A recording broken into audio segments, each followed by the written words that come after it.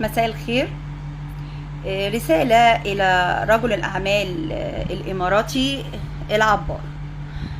هو أنت مش قبل ما تشتري حاجة في بلد تعرف دستور البلد الأول بيقول إيه؟ طيب، مش تشوف الانتخابات اللي في البلد دي شرعية ولا غير شرعية؟ مش تشوف إذا كان حصل انتخابات من الأساس؟ يعني بلد زي مصر مثلا ما حدش فيها بينزل انتخابات تقريبا، يعني الشعب مقاطع سواء انتخابات رئاسية أو انتخابات برلمانية. دستور البلد بيقول إن الشواطئ العامة سواء نهر النيل أو بحر ملك للشعب. انت فكرتني في فيلم كده لإسماعيل ياسين، لما اشترى العتبة الخضراء. انت كده اشتريت العتبة الخضراء على فكرة، لان الحاجات دي هترجع للشعب. مش من حق حد يمنع الشعب يقف على بحر ولا نهر، ولا من حقه يحط سور.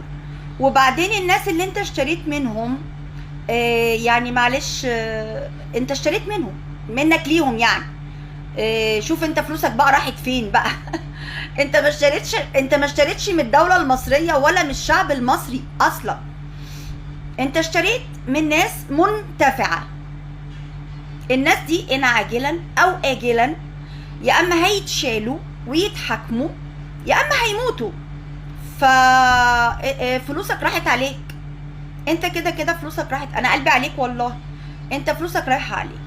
نفس الموضوع بالنسبة لأي دولة أقرضت هذا النظام. وأنا بقول النظام لأن هو ما يمثلش الشعب، لا يمثل هذا الشعب. اللي بيمثل هذا الشعب بيكون نظام تم انتخابه شرعيا في انتخابات نزيهة شفافة واضحة صريحة، وده ما بيحصلش في مصر. فأي حد سلف هذا النظام أي مليم فلوسه راحت عليه. لأني احنا سهل قوي الشعب المصري يرفع قضايا دولية ويثبت ان مفيش انتخابات شرعية اصلا، مفيش اصلا انتخابات تمت لهذا النظام. فانت بتسلف حد بتديله فلوس ملوش احقية اصلا ان هو يقترضها اساسا. وبالنسبة للعبار، انت اشتريت من حد لا يملك وانت لا تستحق. انت اشتريت من لا يملك. مفيش حد بيملك شواطئ مصر، مفيش حد بيملك نهر نيل مصر.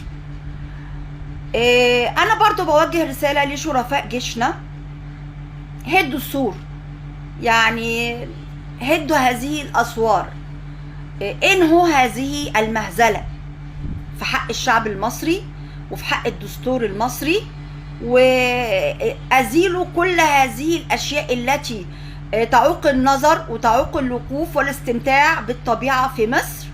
وانا عارفة ان جيش مصر فيه شرفاء كتير جدا، وان انا عارفة ان جيش مصر جسور، وانا عارفة ان احنا رجالتنا ابطال، وانا عارفة ان امثال العبار وامثال غيره يعني مصيرهم الى زوال والى يعني هيمشوا يعني بالبلد يعني. فسوف يبقى النهر ويبقى البحر للشعب المصري رغم اي تعاقدات حصلت ورغم اي صفقات حصلت. هذه الصفقات غير شرعية، هذه الصفقات غير شرعية، سواء صفقات للاقتراض للاموال او صفقات لبيع الارض او للغاز او حتى صفقة سد النهضة. كل هذه الصفقات لا يعترف بها الشعب المصري ولا تمثل الشعب المصري. بس فنحن في انتظار جيش مصر الباسل ورجالة مصر الأوفياء الشرفاء، وربنا قادر على كل شيء.